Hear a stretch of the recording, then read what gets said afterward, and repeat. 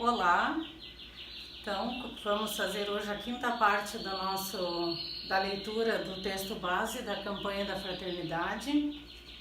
Vou cantar a quinta estrofe do hino da campanha e depois dar continuidade na leitura da primeira parada. Venham jovens, idosos, crianças, e vivamos o amor, compromisso, na partilha, no dom da esperança, e na fé que se torna serviço, na partilha, no dom da esperança, e na fé que se torna serviço. Em nome de Cristo, que é nossa paz, em nome de Cristo, que a vida nos traz, do que estava dividido, unidade Ele faz. Do que estava dividido, unidade Ele faz. Então ontem comecei a ler a primeira parada, que era trocando impressões sobre os acontecimentos mais recentes, e agora eu vou ler o subtítulo 1 desse mesmo capítulo e depois o subtítulo 2. A conversa do caminho. Sobre o que vocês conversam ao longo do caminho? Essa foi a pergunta feita por aquele que se fez companheiro de viagem dos discípulos de Emaús. Por mais que o novo viajante estivesse inteirado da realidade, precisava realizar junto com os discípulos a reflexão sobre o tempo em que viviam, a fim de que compreendessem os fatos marcantes que haviam testemunhado em Jerusalém. A história de Emaús nos ensina que refletir sobre as experiências vividas e compreender a realidade são esforços importantes para entender a sociedade e os ambientes religiosos. As tensões surgidas nos conflitos econômicos, políticos, sociais e culturais também estão presentes nas comunidades de fé, nas famílias, nas rodas de amigos e amigas e impactam nossas relações. Talvez entre as muitas indagações que incomodavam os discípulos do caminho, estaria o questionamento de como poderiam enfrentar os períodos de tormenta e os diversos totalitarismos que conduziram Jesus à morte. Haveria a possibilidade de dar continuidade àquela experiência maravilhosa de ambientes de comunhão conduzida por Jesus? Talvez essas e outras questões incomodavam o coração dos discípulos de Emaús. Nossas respostas a essas perguntas dependerão da percepção que temos do que está acontecendo no nosso interior, no planeta Terra e em nossos relacionamentos. Para compreendermos a realidade, precisamos, como os discípulos no caminho de Emaús, dialogar sobre os acontecimentos de nosso tempo, acolher diferentes percepções e assim superar o que nos divide. O Brasil vive uma efervescência de novos movimentos sociais com ressonâncias políticas. Eles são reflexos de um contexto de crises e colapsos de sistemas econômicos que requerem transformações nos mais diferentes modos das relações sociais e econômicas que ocorrem tanto em nível nacional quanto em nível global. Desde a campanha da Fraternidade Ecumênica de 2016, o país vem enfrentando momentos de tensões e conflitos. No ano de 2016, o processo eleitoral foi conturbado e questionado. Em seguida, o país se dividiu sobre a legitimidade ou não do processo de impedimento de mandato presidencial. Aprofundaram-se os acirramentos de disputas partidárias e os desentendimentos entre lideranças políticas e também religiosas, que tinham leituras diferentes da realidade. Junto com tudo isso, vieram reformas impopulares e controversas, entre elas a reforma trabalhista e da Seguridade Social e a Lei do Teto de Gastos, que afeta diretamente os investimentos públicos necessários para efeito de justiça social, em especial na educação e na saúde.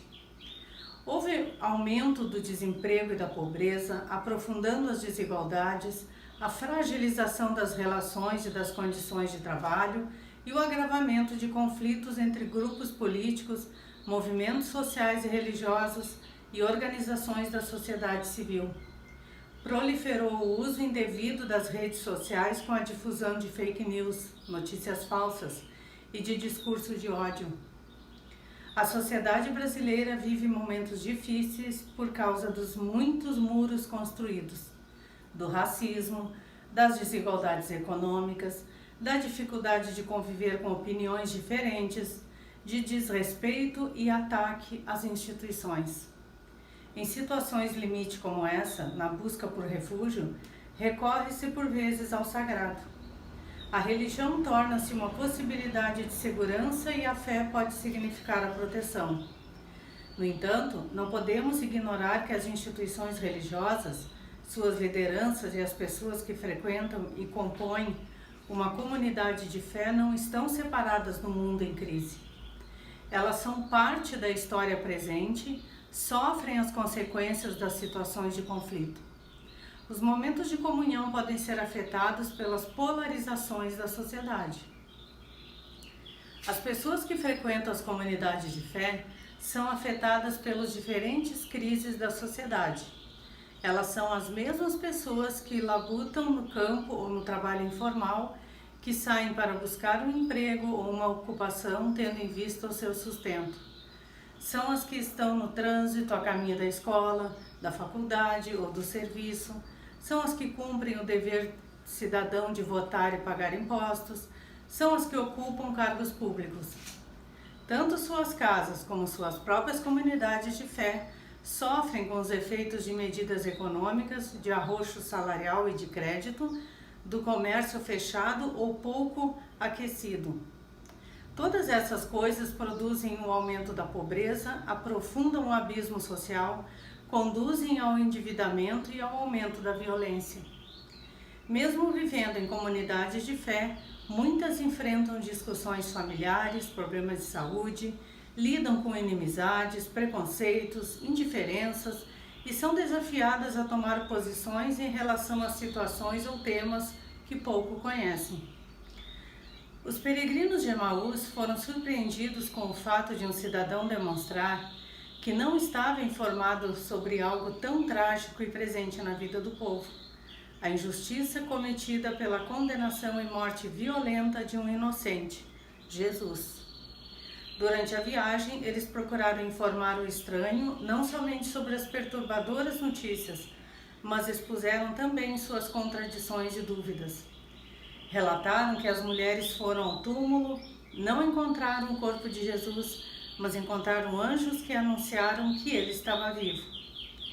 Reconhecemos com isso que seguir a Jesus, dedicar-se ao sagrado e comungar com a fé são questões que não isentam o fiel e a igreja das crises que atingem a todos. O seguimento de Jesus exige de nós discernimento diante das mais diversas dúvidas, crises e contradições. Subtítulo 2. Em tempos de crise, contemplar a realidade com agilidade de coração. Ao ouvir atentamente os fatos narrados, o companheiro de viagem reage dizendo que estão se comportando como espíritos sem inteligência, corações tardos para crer tudo o que os profetas declararam. É uma reação imprevista. A consequência na vida de Jesus, de sua adesão ao projeto de aliança com Deus, foi a condenação à morte, pois seu modo fiel de viver a palavra o colocou em contradição com os poderes do seu tempo.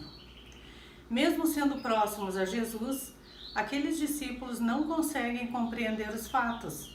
Por vezes estamos sujeitos ao mesmo risco. Diante dos sinais de morte e com tanta informação, ficamos desorientados e incapazes de interpretar a realidade na qual estamos inseridos. Observemos o contexto desta nova década do século XXI. Apesar das novas leis que buscam garantir que os direitos humanos incluam os grupos sociais historicamente excluídos da sociedade, ainda permanecem as estruturas racistas e excludentes. Um exemplo disso são as consequências da crise econômica de 2008. Vivemos hoje o reflexo daquela situação que levou milhões de pessoas à pobreza. Os pobres não foram socorridos, mas os bancos sim. Também no contexto da pandemia, como naquela ocasião, novamente os bancos foram socorridos e não os milhões de pessoas empobrecidas. Tanto em 2008 quanto agora, o argumento utilizado para justificar o dinheiro entregue às instituições financeiras foi que seria a responsabilidade do Estado salvar o sistema econômico mundial. O dinheiro que deveria ser investido em educação, saúde, moradia, geração de emprego e renda para o bem-estar das populações foi desviado para o sistema financeiro. As consequências dessa decisão foram os altos índices de desemprego, o aumento da pobreza e da fome e o aprofundamento das intolerâncias. Para justificar essas desigualdades, foram criados falsos inimigos, entre eles os direitos humanos, os povos indígenas, as religiões de matriz africana e os muçulmanos. As pessoas reagem à situação de pobreza e insegurança e a reação muitas vezes se torna a luta de fragilizados contra outros fragilizados por emprego, por lugar, por posição. A insatisfação se transforma em ódio, cuja força é direcionada contra inimigos criados pelo próprio sistema, que culpabiliza o pobre por ser pobre, porque assim deseja, dizendo que é pobre porque não se esforça mais. O sistema joga as pessoas contra a pessoa imigrante, com o falso argumento de que os imigrantes roubam os empregos de brasileiros, joga contra os povos quilombolas com o falso argumento de que estes recebem terras de graça. Dessa forma, são criadas diversas narrativas para legitimar a exclusão e difundir na sociedade o ódio, a violência e a negação dos direitos humanos. Nesse contexto, e talvez como um reflexo dessa situação, abre-se um espaço para grupos e personalidades antes inimagináveis chegarem ao poder, aprofundando as separações e as disputas entre as pessoas. Como saída para a crise, as forças políticas e econômicas apresentam soluções falaciosas. 2 exemplos disso são armar a sociedade para resolver os problemas de segurança pública e privatizar serviços essenciais como o acesso ao saneamento básico e a água potável com o argumento que assim todas as pessoas terão acesso à água. Enquanto isso, o 1% mais rico da sociedade não abre mão de seus privilégios, estando protegidos por esse sistema perverso.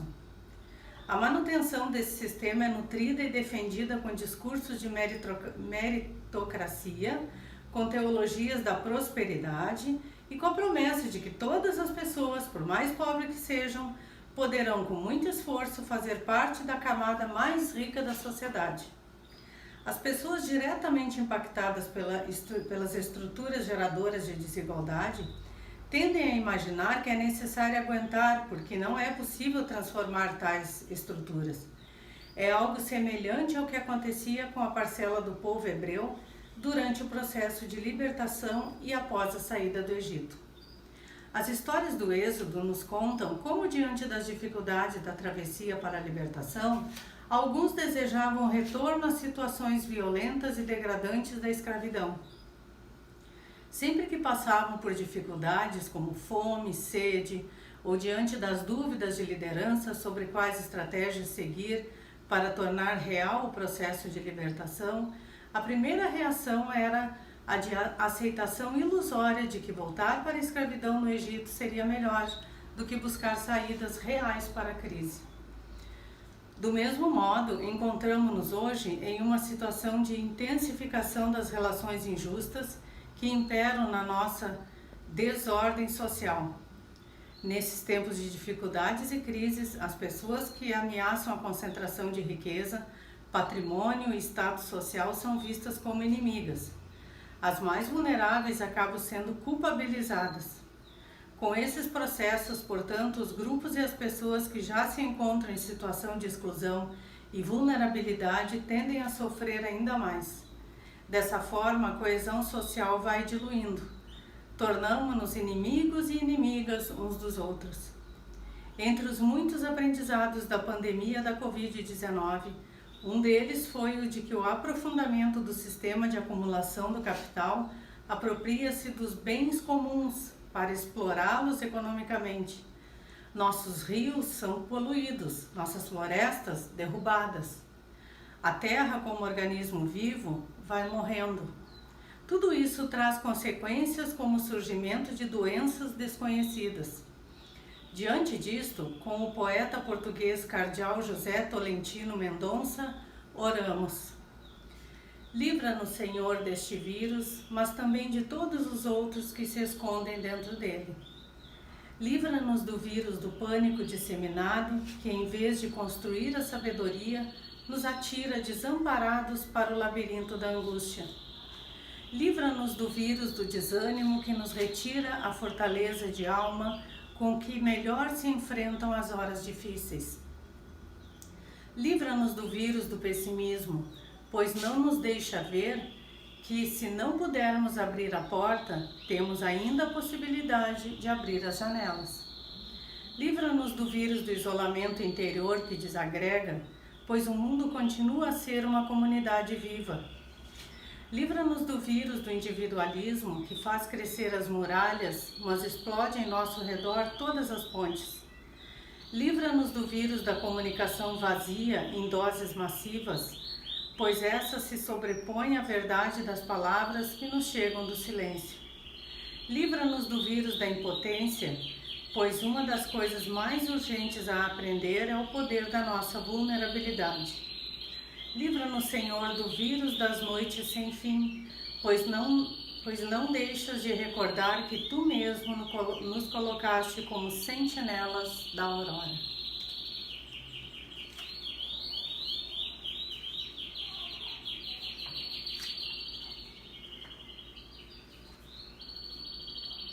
Que o Senhor nos abençoe e nos guarde.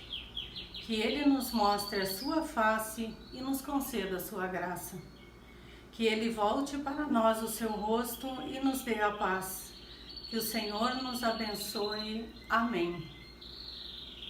Então, só lembrando, para não esquecerem de compartilharem essas leituras, de comentarem também uns com os outros. Pode colocar também comentários ali no meu canal no YouTube. Em nome do Pai, do Filho e do Espírito Santo. Amém.